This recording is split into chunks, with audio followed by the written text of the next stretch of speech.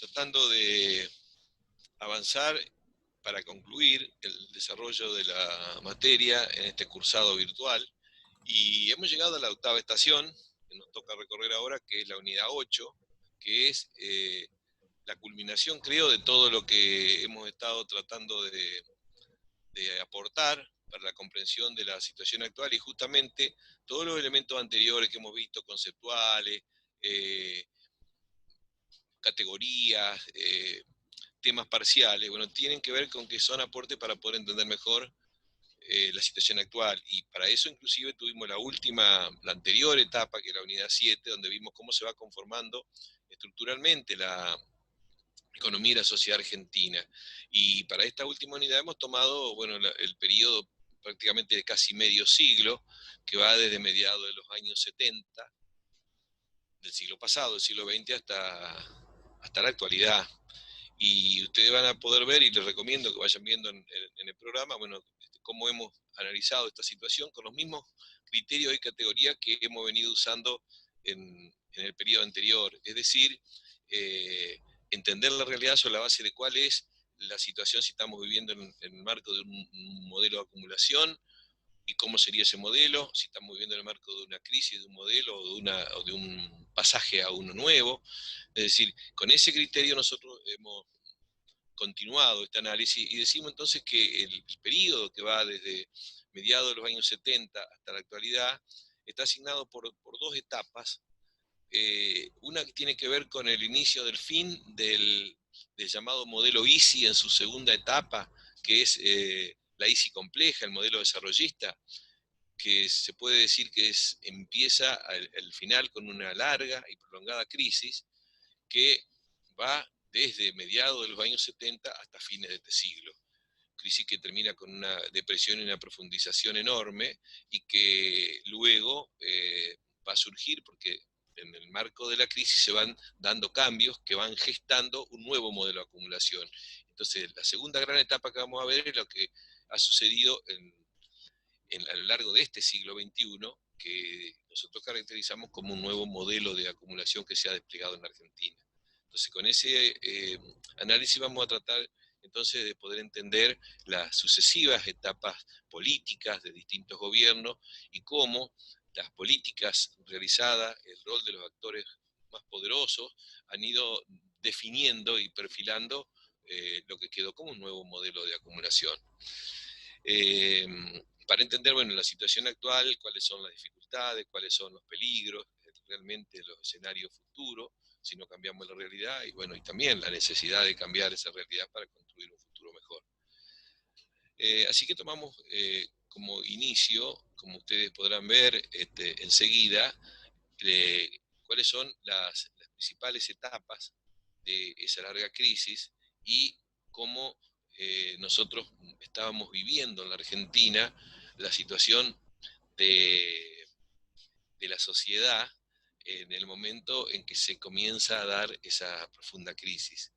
Es decir, que para resumir, los dos primeros puntos de la unidad tienen que ver con el principio de la crisis, con esta larga crisis, el fin del modelo ISI, y el tercer punto va a tener que ver con el nuevo modelo de acumulación, el modelo post-convertibilidad que se despliega a lo largo de estos años. Entonces ustedes van a ver ahora, si podemos seguir un poquitito más adelante como para tener un esquema, que decimos qué pasa en la Argentina a mediados de los años 70. Bueno, acá es donde se inicia una crisis que tiene como particularidad que es una crisis profunda, generalizada, prolongada, desigual y heterogénea, ¿no? Profunda porque en realidad ha llegado a afectar de una manera muy fuerte todo lo que es la estructura económica y social vigente, es decir, alterando todo el patrón, digamos, de acumulación, todas las bases estructurales y también la estructura social, ¿no es cierto? Es generalizada porque además no está acotado a un sector de la población ni del territorio, sino que abarca a la totalidad de los sectores, es decir, que esto nos involucra, nos impactó a todos, pero además ha tenido una particularidad que ha sido una crisis que, a mi entender, ha sido la crisis tal vez más prolongada que hemos vivido en nuestra historia, en nuestra relativamente corta historia como país formalmente independiente. Y la otra particularidad, que es lógico dentro de un sistema capitalista y más en el capitalismo dependiente, que es la historia de la Argentina, es una crisis profundamente desigual y heterogénea, ¿no? Por un lado, porque hay sectores que se benefician y sectores que se perjudican, y dentro de los sectores beneficiados también hay diferencias, que es lo que nosotros vamos a ir viendo para poder entender por qué pasa lo que pasa y cómo se comportan ciertos actores. Entonces, en esta crisis vamos a analizar cuáles son los efectos económicos y sociales, ¿no? Que tienen que ver un poco con la naturaleza de la actividad económica, que tiene que ver con producción y distribución, ¿no? Con la base material que sostiene la vida. Entonces, en las etapas de la crisis, y yo creo que es interesante que ustedes inclusive puedan hacer hasta un marco, una línea histórica de tiempo, nosotros vamos a ver que se han sucedido distintas etapas. Primero vamos a partir de cuáles son los antecedentes de la crisis, qué es lo que había hasta mediados de los años 70. Y eso que había, nosotros lo habíamos visto ya en el modelo EASY, cuando decíamos que estuvo vigente desde mediados de los 50 hasta mediados de los 70, el llamado modelo de industrialización por sustitución de importaciones, en su segunda fase, la fase compleja, que también le llamamos modelo desarrollista, porque un gobierno desarrollista en el 58 le dio las formas más consolidadas y definitivas. Y ese modelo que va a entrar en crisis, se asentaba en tres pilares básicos, ¿no? Tres puntos de apoyo centrales que lo caracterizaban. Por un lado, la base industrial. Para el mercado interno, es la industria el sector más dinámico, el sector más importante, que más empleo generaba, el que digamos, tironeaba el crecimiento, pero una industria que producía para el mercado interno, combinada con exportaciones agropecuarias. Es un poco la base material de ese modelo. Tenía como mercado central el consumo interno, y en especial el consumo asalariado, que era importante por su rol sobre la demanda global, que era justamente el destino principal de la producción industrial. Y el tercer pilar que sostenía este modelo EASY era la fuerte presencia del Estado, que con sus políticas de distinta manera iba apoyando este modelo, no tanto la industrialización como la distribución del ingreso para que haya mercado interno, ¿no? Ahora, ese modelo entra en crisis a mediados de los 70. Y esa crisis, que es tan prolongada, yo lo he dividido por etapas como para poder entender cómo se dieron. Es decir, durante la crisis se dan normalmente modificaciones estructurales que van rompiendo los obstáculos que impiden crecer, pero que van generando a su vez las bases para un nuevo crecimiento.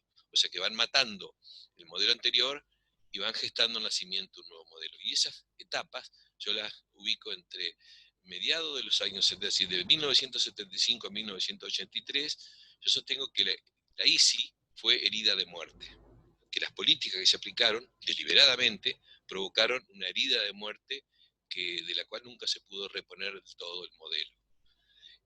Es coincidente en el primer año con un gobierno constitucional, pero después sí prácticamente con toda la dictadura. De 1983 a 1989 yo considero que con el retorno a la democracia se da un periodo de expectativas esperanzadas de recuperar lo perdido, pero que en realidad no se recuperó, pero tampoco se terminó de matar ese modelo que estaba herido de muerte. Por eso yo lo grafico con esto de que el modelo agonizante, la ICI, la agonía del modelo ICI durante el primer periodo, digamos, de gobierno democrático. Y desde 1989, bueno, ya acabó poco hasta el 96, porque ahí, a partir de ahí y hasta fines de siglo, se fue dando no solamente la demolición de la ICI, es decir, el gobierno que asume en el 89, el gobierno justicialista, reemplaza el gobierno radical, va a llevar a cabo la parte que no alcanzó a terminar Martínez de Hoz y la dictadura, y va a demoler ese modelo vigente y va a gestar las bases de un nuevo modelo que después de la crisis de fin de siglo se va a desplegar en Argentina. Luis, Esta en parte, este, sí, cómo no. por ahí me pareció muy interesante lo que vos señalabas, que cuando se forma este nuevo modelo de acumulación, o digamos entre los dos periodos, entre que se lo hiere de muerte y hasta que se lo forma, o se surge el nuevo modelo, tenemos varios gobiernos, como vos decías, gobiernos militares pero también gobiernos democráticos, y de los dos grandes partidos que han gobernado la Argentina, tanto el radicalismo como el peronismo. Entonces, qué interesante esto de que cuando los intereses son más grandes que las naciones, todos son títeres en cierta forma, ¿no es cierto? Cualquiera de los que estén por ahí intente hacer algo, pero es muy difícil. No sé cómo lo ves vos, que lo viviste en esa época. Capaz que había algunas intenciones de tratar de recuperar algo, pero los intereses son tan grandes que como que fuese el doble. Sí, yo creo que vos estás dando en la tecla, estás ayudando, ¿no es cierto?, a reforzar los elementos centrales que a veces uno por el afán de sintetizar los va postergando para presentarlo, pero como yo les decía hoy, acá hay políticas deliberadas que van modificando, pero hay actores concretos que son los que van definiendo esas políticas y que no necesariamente son solo los que están ejerciendo el gobierno en el Estado, sino que son sectores que tienen mucho poder y que condicionan esos gobiernos y que manejan los mercados, ¿no es cierto?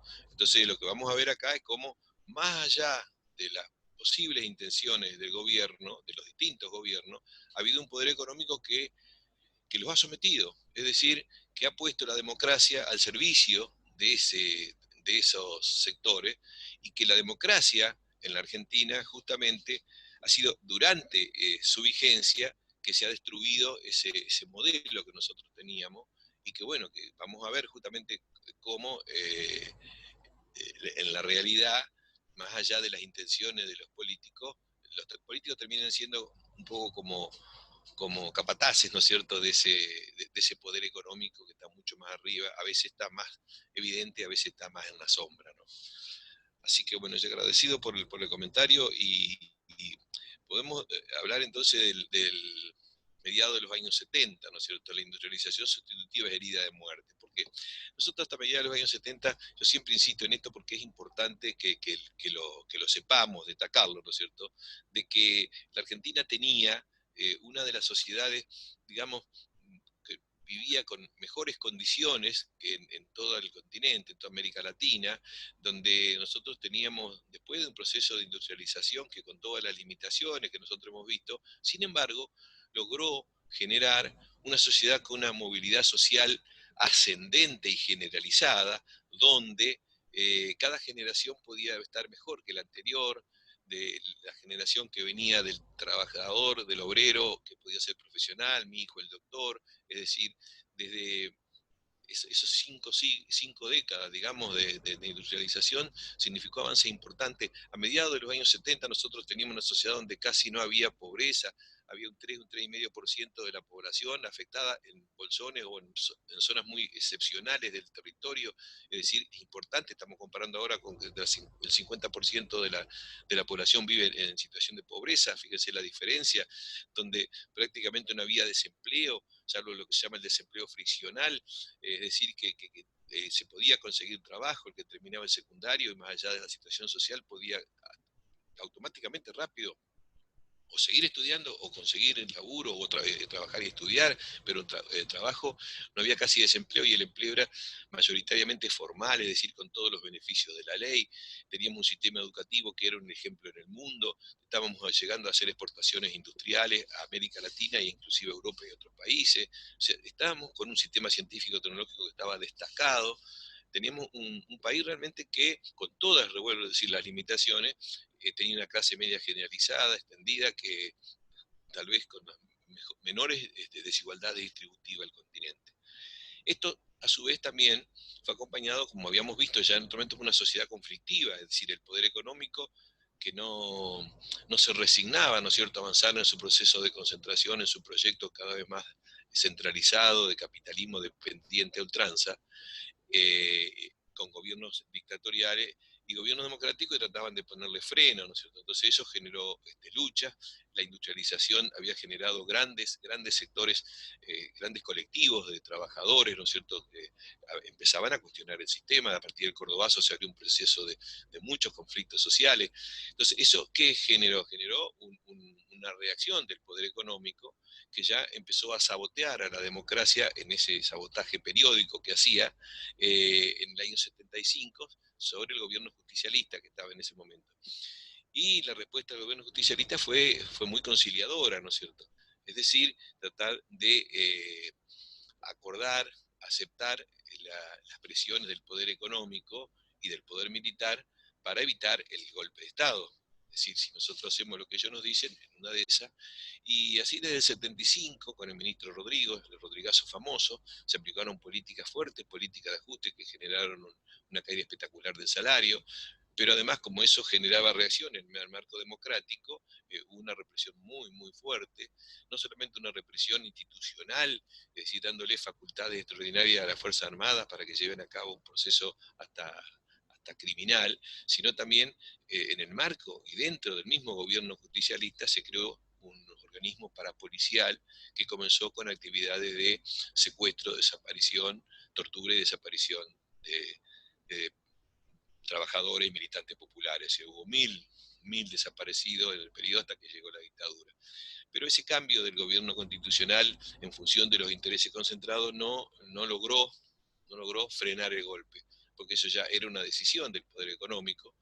El poder económico lo que pretendía era romper con esa sociedad, de esa movilidad social ascendente, de ese desarrollo limitado, llamémosle así, pero con mejoras sociales, eh, y para romper esa movilización y esas crecientes protestas sociales que había, tenía que llevar a cabo un plan mucho más integral que lo que ofrecía el gobierno justicialista, el gobierno peronista. Entonces se dio el golpe de Estado, el golpe militar genocida, que se inició en marzo del 76, y que a partir de ahí comenzó a aplicar políticas que deliberadamente van a tratar de romper las bases de sustentación de ese modelo ISI que daban lugar a esa estructura social tan conflictiva para el poder económico, con una intención que estaba implícita en el nombre que se puso la dictadura militar cuando desató el golpe de Estado, que le llamó el proceso de reorganización nacional. Es decir, que a partir de marzo del 76, las Fuerzas Armadas desplazaron un gobierno constitucional, se hicieron cargo del gobierno y la Junta Militar dijo que iban a llevar a cabo un proceso, iban a reorganizar la nación, es decir, la nación que fue organizada, ¿no es cierto?, en el siglo XIX, ahora venían a organizarla de nuevo. ¿Y cuáles eran las políticas que llevaron a cabo para poder romper las bases de sustentación de ese modelo ISI? Y bueno, por un lado, hubo un avance o una profundización de la caída del salario real. El gobierno peronista terminó con un proceso inflacionario muy elevado, que era el resultado del accionar de las grandes corporaciones que trataban de sabotear al gobierno constitucional, y en medio de una inflación muy alta, lo que hizo la dictadura fue congelar los salarios nominales y liberar los precios. Es decir, que no había otra consecuencia que en medio de inflaciones de más de un 100%, congelar los salarios, iba a haber una caída brusca del salario real. El poder adquisitivo del salario pierde casi 40 puntos desde marzo del 76 a fines de ese año, en menos de un año durante la dictadura, en las caídas más brutales que tuvo en la historia argentina. Es decir, estaba claro que es lo que se buscaba. Y esto, obviamente, iba a afectar, al caer el salario real, también iba a afectar a uno de los pilares, afectando el, el poder adquisitivo, afectaba el mercado interno, pero también afectaba a la industria, porque esa industria tenía como destino central el mercado interno. Pero no solo eso, sino que a partir del 77, el ministro de Economía, Martínez de Hoz, llevó a cabo la famosa reforma financiera, que tuvo dos elementos centrales que van a tener también que ver con este plan sistemático de romper las bases de sustentación, y es, por un lado, la apertura en la ingreso y salida de capitales y la liberación de las tasas de interés, con restricción monetaria. ¿Qué significa esto? Que hasta ese momento la tasa de interés la ponían los gobiernos a través del Banco Central, ¿no es cierto? Disponía límites, de manera que no pudiera haber abuso de los bancos frente a, por ejemplo, algo que sea razonable con la tasa de ganancia empresaria, ¿no es cierto? Pero al dejar libre las tasas de interés, es decir, que los bancos podían cobrar cualquier tipo de tasa y haber restricción monetaria, la tasa de interés se elevó enormemente. ¿Y eso qué significa? Y bueno, significa que había más condiciones para invertir en especulación, se ganaba más que invertir en la actividad productiva, que encima se estaba quedando sin mercado. Pero acá, además, hubo otra medida, que es lo que estamos hablando acá, de la libre movilidad de capitales. O sea, la apertura de capitales significa que hasta el momento que se toma esta decisión, las divisas que ingresan al país pertenecen al país, y el que quiere llevar divisas afuera tiene que justificarla porque hace una compra, porque tiene que pagar un préstamo. Es decir, no hay una libre movilidad. A partir de este momento, a partir de la reforma financiera del 77, los sectores que más ganan en la Argentina, en pesos obviamente, quedaron en absoluta legalidad para llevarse toda la ganancia afuera, pero en dólares. Esto va a generar, vamos a ver más adelante, un proceso de fuga de capitales que se va produciendo de manera periódica y que nos va vaciando y que va generando unas profundas crisis económicas y sociales, porque al salir la divisa, esto tiene un impacto muy fuerte sobre la economía. Luisito, Sí, cómo antes no. que continuemos con el tema del salario real, yo creo que por ahí puede ser un buen momento para explicar la diferencia de las dos, de entre salario nominal y salario real, y cómo los gobiernos también juegan con esto de que te doy un 20%, pero la inflación es un 40%, bueno, perdimos un 20% en términos reales, como para que se prenda el concepto, digo. Sí, sí, está muy bien. Es una forma, además de aplicar, ¿no es cierto?, un concepto teórico a una realidad concreta. Eh, en el año 76, yo no recuerdo la cifra, que ustedes tienen el material después que yo les voy a sugerir para poder ver bien los datos, pero eran procesos inflacionarios donde se superaba el 100%, ¿no es cierto? 100, ciento y pico por ciento de inflación al año. Si el salario se mantiene igual y vamos a suponer hay una inflación de 100% en el año, quiere decir que ese mismo salario a fin de año solamente puede comprar la mitad de lo que podía comprar al principio. Eso, aunque el salario nominal se mantenga, significa que el salario real se achica un 50%. Y ese achicamiento del salario real, a partir, ¿no es cierto?, de ese concepto, implica, entre otras cosas, que hay una transferencia de riqueza. O sea, que si los trabajadores ven caer, en realidad en el año 76 cayó un 40% del salario real, ven caer un 40% del salario real, no es que desapareció la riqueza, sino que esa parte que perdieron la ganaron otros, que son las empresas líderes que aumentaban los precios a ese nivel, ¿no?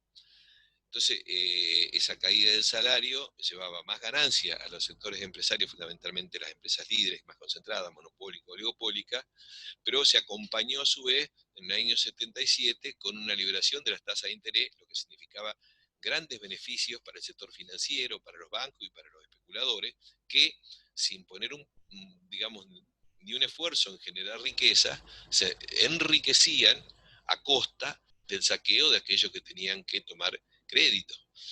Pero lo grave del caso, y que sigue hasta hoy a pesar de que han pasado muchos gobiernos constitucionales del fin de la dictadura, es que esa reforma financiera se mantiene, y se mantiene la libre movilidad de capitales al exterior, es decir, la posibilidad de la fuga de capitales. Cuando se habla de fuga de capitales, que hubo durante el periodo de la dictadura, que hubo durante el gobierno justicialista de Menem, que hubo durante el gobierno justicialista de Kirchner, de Cristina Fernández, y que hubo durante el gobierno de Macri, esas brutales fugas de capitales, son actividades que están legalizadas. Es decir, ¿y cuándo se legalizaron? A partir del 77 y no se han modificado. ¿Qué significa esto? Que ganan en pesos, los que más ganan en la Argentina ganan en pesos, pero como se lo quieren llevar afuera, tienen que llevárselo en dólares y quedan permitidos. ¿Y eso qué significa? Que significa otro golpe para el modelo easy, porque por un lado se queda sin mercado, por otro lado invertir para producir se hacía costosísimo, porque si una empresa tenía que pedir prestado a altas tasas de interés, no le convenía producir, le convenía más vale destinar las cosas, si tenía dinero para especular, y además la riqueza que se genera no se reinvierte en el mismo país, sino que se va afuera. Y tal vez el tercer golpe, que esta vez se puede decir que fue casi mortífero sobre sobre la ICI vigente todavía en la Argentina, fue que a partir del año 79, como si fuera como si fuera poco todo esto que se estaba haciendo, se llevó a cabo lo que se llama una apertura importadora, apertura externa, apertura importadora. O sea que no solamente que los capitales se podían ir afuera, sino que se empezaron a promover la compra del extranjero de bienes, ¿con qué? Con rebaja de los aranceles, para que entre más barato, pero lo más grave de todo fue, a su vez, abaratarlo manteniendo un dólar artificialmente barato. ¿Qué quiere decir esto? Bueno, con nosotros ya hemos visto, ¿no es cierto?, qué significa un dólar barato, un tipo de cambio bajo. Que todo lo que compramos de afuera, artificialmente, se consigue más barato. Entonces se inició una etapa en la Argentina donde teníamos el espejismo de creer que nosotros teníamos un peso fuerte y podíamos comprar todo. Y bueno, fue como hasta como una epidemia y que a veces es entendible cuando no se comprende la implicancia que va a tener esto de que la gente, bueno, iba en caravana a los países limítrofes a comprar electrodomésticos, a comprar cosas baratas, que acá salían mucho más caras, y se podía importar de todos lados del mundo, mucho más barato que lo que nosotros mismos producíamos acá. Eh, Se podían comprar televisores, se podían comprar productos agropecuarios, comida, uva de California, nueces de Europa, leche en polvo de España, es decir, era una locura porque eran tan baratos porque nosotros teníamos el dólar artificialmente barato. Ahora, tener el dólar barato y la rebaja de aranceles y comprar todo afuera, ¿qué se estaba en paralelo haciendo? Y se estaba destruyendo la producción nacional. Entonces, con estas medidas que se fueron tomando durante la dictadura genocida, se fueron afectando las bases de sustentación que sostuvieron el modelo ISI durante varias décadas y que habían generado esa sociedad, bueno, con tantos beneficios, digamos, para el grueso de la población. Ahora, ¿cómo se pudo hacer esto? Y va como un comentario tal vez adicional, pero necesario.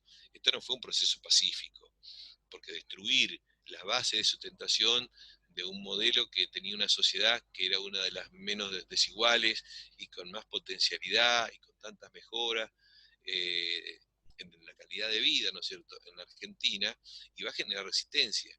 Entonces, esto fue posible porque se fue montando un aparato represivo que empezó con el gobierno justicialista en el 75 con los poderes que se dieron al ejército para que aniquilara supuestamente a la subversión y con la formación de los organismos parapoliciales de las 3A, a profundizarlo y multiplicarlo durante la dictadura. Es decir, la dictadura significó la eliminación lisa y llana de la vigencia de la Constitución, de los poderes constitucionales, el cierre del Congreso, la prohibición de las actividades políticas, la prohibición de las actividades sindicales. Es decir, hubo una represión fenomenal que, bueno, que tuvo como resultado muchos miles de desaparecidos, detenidos, torturados y asesinados, y un terror que se fue imponiendo sobre la sociedad como para poder garantizar de que no haya resistencia. Resistencias hubo, pero esas resistencias fueron bueno, sofocadas con represión y baño de sangre, ¿no es cierto? Un, una, Vivimos un momento donde no se podía ni siquiera opinar, ¿no es cierto? ¿Por qué? Bueno, porque si uno decía que, por ejemplo, la política de Martínez Hido podía ser negativa, ya automáticamente se lo miraba como, bueno, este es subversivo, por algo será, ¿no es cierto? Entonces, bueno, podía ser sujeto de una denuncia y, bueno, es decir, que ese aparato represivo fue acompañando estos cambios que fueron rompiendo la base de sustentación y que van a dar esta primera etapa de la crisis, que es la crisis donde la ISI es herida de muerte. Ahora, ¿qué consecuencias trae estas políticas y estas rupturas estructurales? Que comienza a haber un predominio de la especulación financiera, que ya las actividades productivas no tienen casi mucho sentido, que es mucho menos las inversiones, porque si se van a dar, si hay una competencia de las importaciones que son baratas y mucho más rentable depositar la plata en un banco, quedarse cruzado de brazos y obtener alto beneficio a fin de año. ¿Para qué? Entonces, el gobierno que había dicho que venía a romper con la especulación financiera, lo que hizo fue multiplicarla al infinito a la especulación financiera, porque había altísimas tasas de interés, los bancos pagaban lo que sea, y el Banco Central, si un banco se fundía porque se robaba todo, lo pagaba el Banco Central a la garantía. Otra de las consecuencias, esto que nosotros ya habíamos hablado, que hay se inicia un proceso, un nuevo rasgo estructural de Argentina, que es la transferencia de capital al exterior, o dicho de otra manera, lo que popularmente se considera fuga de capitales. Esto va a quedar como consecuencia no solamente durante la dictadura, sino para los gobiernos que van a sucederle. Por otro lado, bueno, se quiebran las bases de sustentación del modelo, como habíamos dicho, la industrialización sustitutiva ya era casi inviable en el marco de ese contexto adverso. El mercado interno dinámico había perdido totalmente su fuerza porque los salarios cayeron abruptamente, la ocupación también, y el Estado había cambiado su carácter. El Estado seguía estando presente, por supuesto, muy presente, muy firme, pero para llevar a cabo esa reforma antipopular y antinacional, pero ya no era el Estado que apoyaba el modelo ISI, ¿no?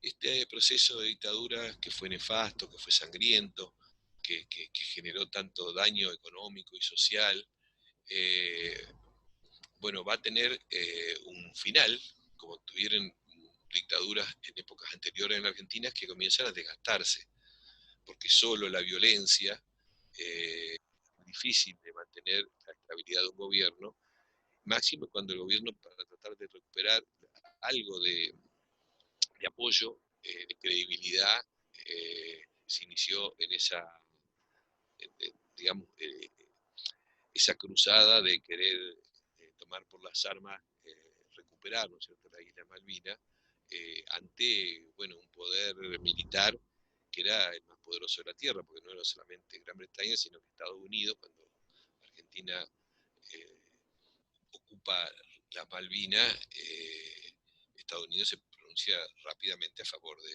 Gran Bretaña, es decir, la flota de los dos países más poderosos prácticamente arrasan con todo, y la pérdida de las Malvinas significó un desgaste mucho más fuerte de la dictadura y un poco el inicio del fin, porque a partir de ahí hubo cada vez mayores protestas, resistencias, movilizaciones y un desgaste, digamos, dentro de el consenso, ¿no es cierto?, de la sociedad, y a partir de ahí ya la dictadura elaboró otro plan, ¿no? El de volver a la democracia, como se hacía normalmente cuando se hacía más difícil el gobernar, eh, recuperar la vigencia de la Constitución y volver a un gobierno elegido por el pueblo.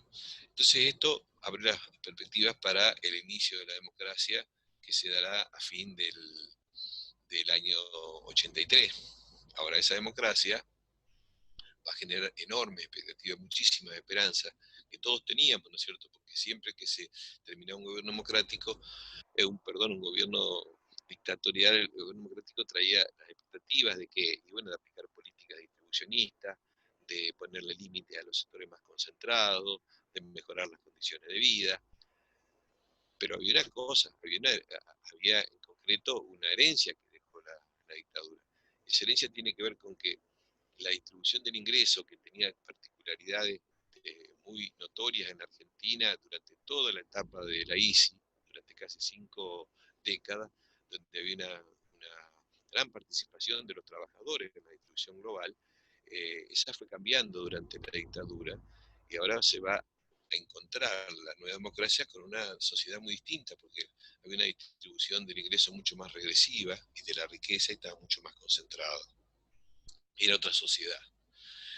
Pero además, otro elemento interesante es que los que promovieron el golpe realmente, que no fueron los militares, sino fue el poder económico en Argentina, que es lo que tradicionalmente ha ido a promover los gobiernos dictatoriales, seguía estando presente.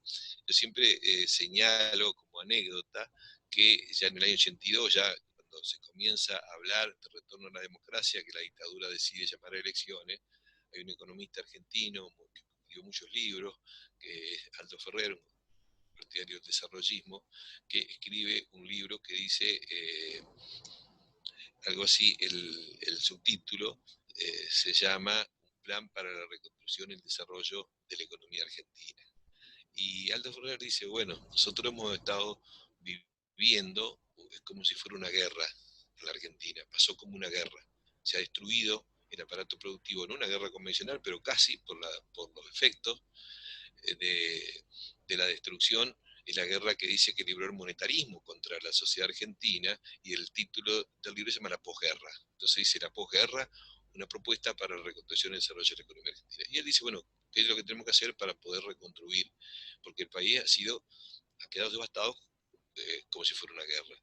Y el tema es que fue demasiado optimista, en el sentido de que no se trataba solo de reconstruir un país destruido y asolado por una guerra, sino que cuando se intenta reconstruir ese país, resulta que la guerra efectivamente fue, porque esa destrucción se dio, pero la guerra la ganaron los que debieron aceptar las elecciones y estaban eh, más fuertes que nunca. Y ese era el nuevo poder económico que quedó en Argentina en los años 70 y 80. O sea que Ahora en esta parte fundamentalmente... en la que hablas del caballo uno, ¿no es cierto?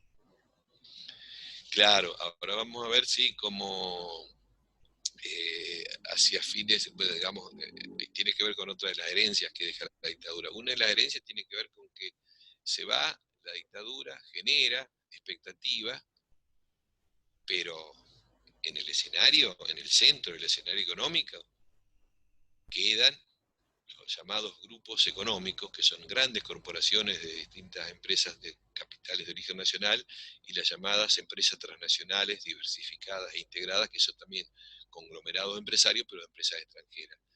Esos eran los principales actores y que se quedaron con el poder de mercado, fueron los más beneficiados, los que más concentraron sectores, mercados, y no se retiraron con la democracia, seguían vigentes. Es decir, eso fue otra herencia de la dictadura, además de haber recibido una sociedad muy debilitada y una distribución de ingresos muy concentrada.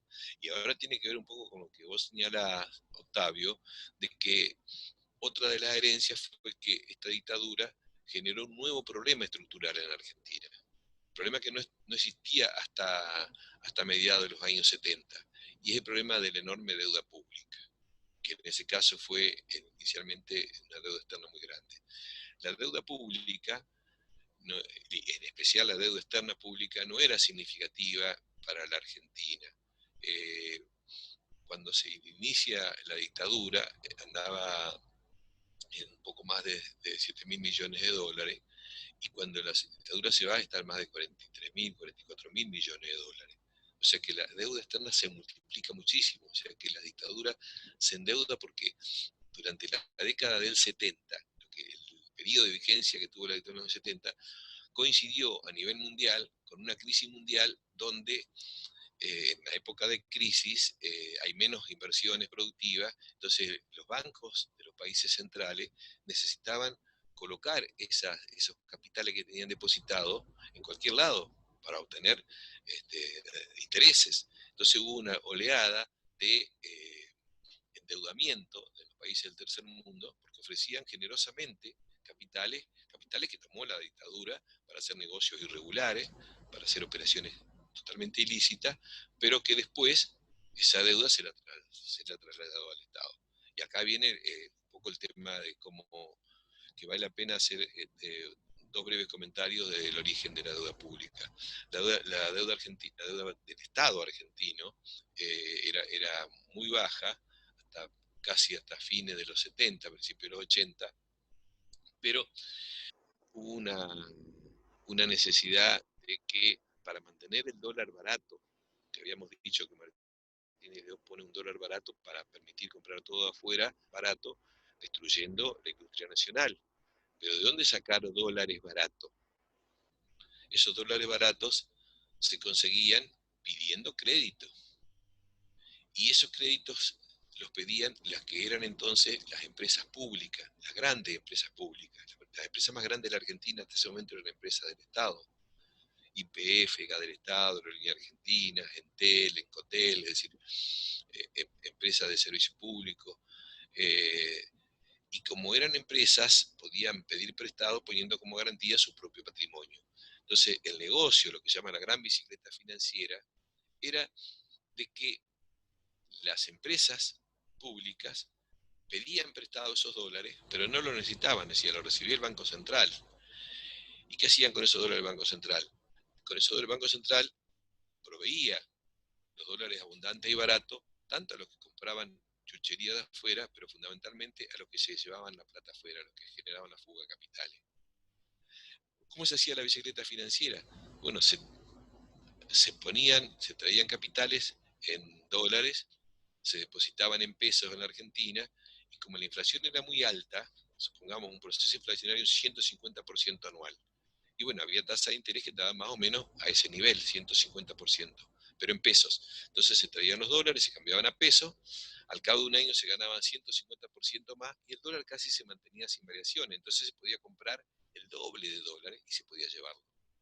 Entonces era realmente un mecanismo institucional garantizado por el Estado que otorgaba la seguridad a que quería especular, que no era cualquiera, no cualquiera podía traer 1.000.000, 2.000.000, 100, 200 millones de dólares de afuera y hacer esta especulación y llevarse 400.000 o 2.000 millones.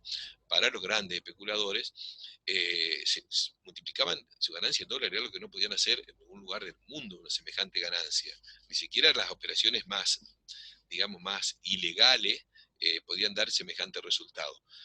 Entonces, para eso se requerían dólares. ¿De dónde sacar los dólares? Bueno, los dólares los traían las empresas públicas que se endeudaban sin necesidad con el exterior para que el Banco Central venda los dólares baratos. Entonces, esta fue la primera etapa de endeudamiento público, cuando hicieron endeudar a las empresas públicas. Pero llegó un momento donde las empresas públicas ya no podían endeudarse más porque ya habían sobrepasado su capacidad de garantía patrimonial. Y esto a lo que llevó es que ya no se pudo traer más dólares de afuera y ya no se pudo mantener más los dólares baratos. Entonces, cuando los dólares dejaron de ser baratos porque no había más para vender barato, se acabó esa bicicleta y quedaron muchos grandes grupos de especuladores y empresarios endeudados en dólares con el exterior. ¿Qué hizo el gobierno en ese momento, donde aparece Cavallo como figura del Banco Central? Fue disponer un proceso de estatización de la deuda externa privada. Es decir, el Estado se hace cargo de la deuda externa del sector privado, de los grandes especuladores, y a partir de acá queda como herencia de la dictadura para la democracia una deuda gigantesca, una deuda externa, pública, gigantesca, que fue tomada para beneficiar a los grandes especuladores y saqueadores del país. Esta fue otra herencia. ¿Eso qué significa? Que a partir de entonces la deuda va a tener un peso significativo en todos los gobiernos a través de dos o tres modalidades. Por un lado, porque significa que el Estado tiene que pagar, hasta que no pueda devolverlo, tiene que pagar intereses que son elevadísimos. Y pagar intereses significa tener que sacar recursos de algún lado. No solamente recursos del superávit fiscal, sino que también tiene que conseguir el país dólares para que con el superávit pueda comprar dólares y pagar. Pero además, como es una deuda que es eterna e impagable, el problema es que cuando no puede cumplir, son los acreedores los que van imponiendo las condiciones de qué debe hacer el Estado. Es decir, que además del nuevo poder económico de los grandes grupos económicos, las grandes empresas nacionales, aparece un nuevo actor en la sociedad argentina y en la economía argentina, que son los acreedores que van a tener poder de decisión sobre las políticas internas. Esto es otra herencia que recibe. Y bueno, finalmente digo que otra herencia que quedó del gobierno anterior, de la dictadura hacia el gobierno democrático, es lo que llamaba el cambio de rol del Estado, que yo les había comentado. El Estado sigue, pero ahora el Estado Hood-Robin, ¿no es cierto? Al revés de Robin Hood, que hacía redistribución, le robaba a los ricos para darle a los pobres. Este nuevo Estado va a ser un Estado que le quita a los sectores mayoritarios para dar y transferir recursos a los sectores más concentrados. Este Estado lo hace con políticas generales, pero también con las reformas tributarias que hubo durante la dictadura, donde empezaron a ser cada vez más importantes los llamados impuestos regresivos, que pagan y afectan más a los que menos tienen y menos ganan, ¿no es cierto? Bueno, a partir de esta herencia, el Estado fue cambiando su rol y fue garantizando, y si bien es cierto que vaya a cambiar, en todo caso, de gobierno, vamos a ver que el poder económico sigue estando presente y muy presente en los gobiernos siguientes. Yo como un último comentario quería decir que, por ejemplo, Martínez de Oz, cuando después ya ha pasado, ya viniendo el gobierno democrático, declaraba que todo lo que pasó en Argentina fue, no se lograron mejores resultados porque no le dieron tiempo suficiente. Y bueno, si uno ve, si podemos ver más adelante, La abajo, larga lista de ministros de la larga Economía. lista de ministros de Economía, ¿no es cierto? Si vemos desde Emilio del Carril en el año Sí, 58. 58 Ajá. en adelante, todo lo que duraban, bueno, los ministros de Economía no duraron, duraban algunos, duraban meses, pocos duraban años, algunos duraban días, unos pocos días, 21 Ujú. días, por ahí aparece Bonani, por ahí 54 días Niño Pastore, Y y el sin que embargo más tiene, Martínez Oz fue el ministro que más tiempo duró. Es el que decir, más que tiene es acá si está. hay algo que no, porque uno puede decir, bueno, si no me dejan gobernar más que unos meses, que voy a cumplir con lo que iba a hacer, ¿no es cierto? No, no puedo. Ahora, si yo tuve tanto tiempo, menos mal que no tuvo más, porque ya con todo el daño que hizo durante su gobierno no es justificativo. Es Y decir, acá acá está no el es otro. que Acá está el otro que tiene más. Domingo Cavallo, 2000 días. eh, sí, después yo digo hasta Martínez de Oz, ¿no es Hasta cierto? Después Martínez de sí, Oz, exactamente. Martínez de Oz era todo.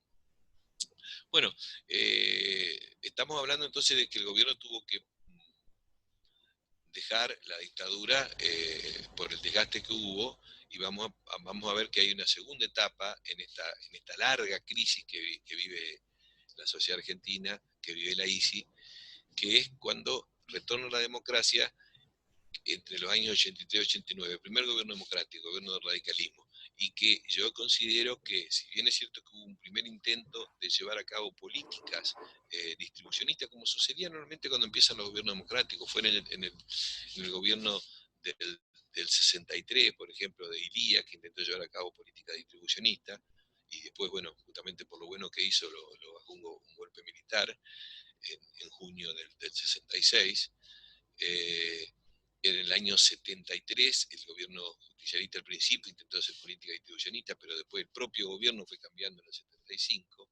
Acá intentó hacer también el gobierno al inicio una política distribucionista, pero no, no pudo, no quiso, y vamos a ver qué pasó en este periodo para que entendamos que ese modelo sustitutivo no pudo recuperarse, pero tampoco terminó de morir.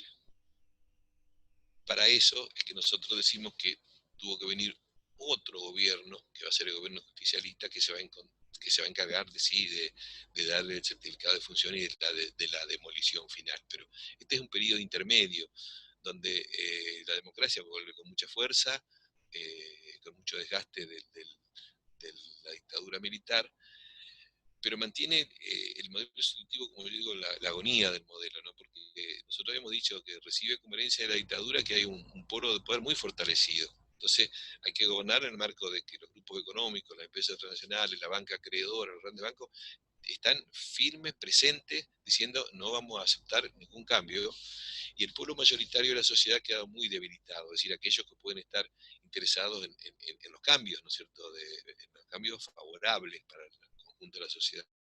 Los trabajadores, la clase media, la economía regional habían quedado muy... Lo que va a aparecer en todo caso como un nuevo problema en el escenario es que los sectores poderosos, los grupos concentrados, el poder local, eh, ha cambiado su comportamiento en el sentido de que toda la ganancia que obtiene, que son los sectores que más ganan, ¿no es cierto?, en lugar de reinvertirlo, ahora tienen la posibilidad de llevárselo afuera y se lo llevan en dólares. Pero la banca acreedora, que es el nuevo actor que nos deja la dictadura, también quiere cobrar sus intereses en dólares. Entonces va a haber siempre una disputa y hay un proceso que en la Argentina se llama de dolarización de los precios. ¿Qué quiere decir esto? Que como nuestra estructura productiva es equilibrada, depende del tipo de cambio. Si el valor del dólar sube, suben los precios. Los sectores económicos más concentrados tratan de que sus precios puedan crecer para poder sus ganancias transferirlas en dólares hacia el exterior. ¿Y eso qué va a generar? Una disputa por los dólares. Una disputa que se va a poder visualizar en momentos de crisis. Yo señalo acá, dentro de lo que es esta agonía del modelo asociativo, es decir, que el primer gobierno constitucional, el gobierno radical de Alfonsín, que gobierna del 83 al 89, hay una primera etapa donde intenta recuperar un poco la industrialización sustitutiva, pero hay un segundo momento donde te dice, no, parece que no voy a poder hacerlo, más vale voy a conciliar con los sectores, estos sectores que tienen poder. Por eso yo que hablo como de dos periodos en los objetivos de las políticas económicas. Hay un periodo que va de diciembre del 83 hasta febrero del 85 que yo interpreto que se intenta oxigenar esa industrialización sustitutiva. Es decir, está herida de muerte, pero vamos a tratar de recuperarla. Es decir, cómo buscamos mejorar la distribución del ingreso. Hay que recordar que el gobierno constitucional asume en medio de una economía de especulación, de una economía con mucha inflación, de una economía con caídas brutales de salario, con altas tasas de interés. Entonces lo que busca el gobierno es, bueno, vamos a recuperar el salario real. ¿Cómo recuperamos el salario real? Bueno, disponiendo aumentos del salario nominal que estén por encima de la inflación. Y eso es una política que se iba dando mes a mes, desde enero del 84 en adelante. Supongamos, no recuerdo bien los números, pero si quiere, si aumenta la inflación un 10%, bueno, se aumentaban los salarios por decreto del Ejecutivo Nacional un 11 o un 12%. Si en febrero aumentaban un 12 o un 13% los precios, se aumentaban los salarios 15%. Pero ¿qué estaba pasando? Que a medida que se trataba de recuperar el salario real con aumentos nominales que vayan superando la inflación del mes anterior, al mes siguiente los precios aumentaban mucho más. Es decir, que en realidad que los mercados, entre comillas, estaban dando señales que realmente las empresas formadoras de precios, que tienen el control de los principales mercados, las empresas monopólicas y oligopólicas, no estaban dispuestas a aceptar esa recomposición salarial. Y estaban saboteando esas políticas a partir de entrar en un proceso de creciente inflación que hacía muy difícil la situación. Por otro lado, se intentó hacer una auditoría de la deuda externa, una investigación en el Banco Central, se llevó a cabo una investigación y una renegociación con el Fondo Monetario para buscar a ver que se paguen los intereses que realmente correspondían y no una deuda fraudulenta que no correspondía. Y además se hicieron unas negociaciones muy duras con el Fondo Monetario Internacional, no se aceptaban las imposiciones del fondo, y por otro lado también se intentó en la Argentina crear un club de deudores, porque muchos países quedaron endeudados, en especial fundamentalmente los más grandes, Brasil y México, y de esa manera hacer un frente común para negociar y para evitar el acoso y la presión de la banca internacional y de las potencias capitalistas, ¿no? Lamentablemente, cuando pasa a veces, ¿no? Como divide y reinarás, la banca internacional y los países imperialistas ofrecieron beneficios adicionales a México y Brasil para romper ese intento. Y no fue posible entonces llevar a cabo ese club de deudores para negociar la deuda. Y además había una situación de reservas internacionales que era muy delicada, porque habían dejado el país también vaciado. Entonces, con todo ese marco, con ese marco tanto interno como externo desfavorable, se fue generando una situación crítica económica y social para el gobierno constitucional, para el gobierno radical en ese momento, que llevó a que en el año 85 se decida un cambio en las políticas. Por eso acá se habla de los objetivos de la política económica a partir del 85 y hasta el 89, ya no se hablaba de mejorar la distribución del ingreso, fortalecer la industria, poner límite al capital, sino que ahora eso se salió del vocabulario oficial y empezó a hablar de cómo se puede cumplir con la deuda, cómo se puede lograr el equilibrio fiscal, es decir, se fue cambiando el discurso, pero en realidad se fueron cambiando los objetivos. Ya no se, en el fondo, un poco era cómo conciliar, ¿no es cierto?, los intereses de estos sectores económicos dominantes para que decidieran invertir y pasar a una economía de producción, a partir de darle, obviamente, mayores beneficios, ¿no? Pero generando un nuevo patrón productivo. Ya no estábamos hablando de las mismas bases del modelo ISI. Entonces, como resumen, el plan Grispum quiso aumentar los salarios, quiso reactivar la economía, pero el efecto fue una inflación creciente y cada vez más inmanejable, que generaba desestabilización.